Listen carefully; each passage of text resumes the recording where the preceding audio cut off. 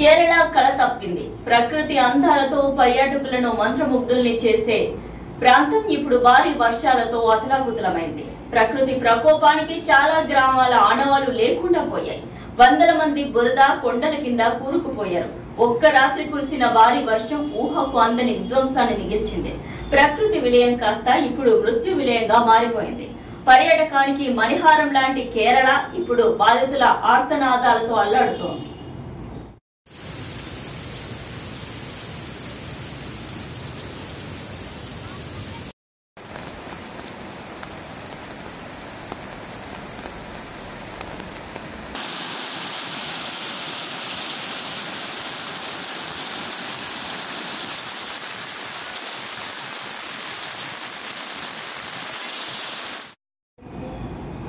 కేరళలోని వాయనాడ్లో చోటు చేసుకున్న ప్రకృతి విపత్తులో మృతుల సంఖ్య పెరుగుతోంది.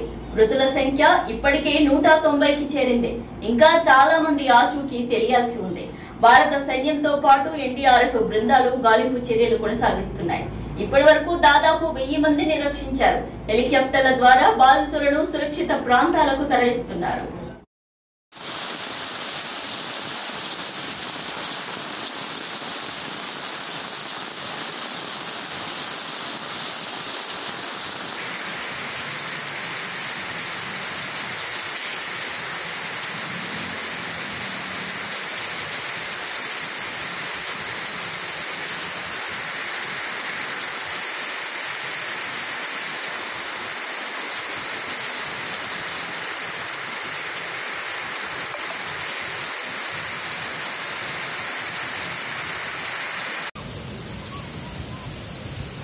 വെള്ളരിമല വില്ലേജിന്റെ ഭാഗമാണ്.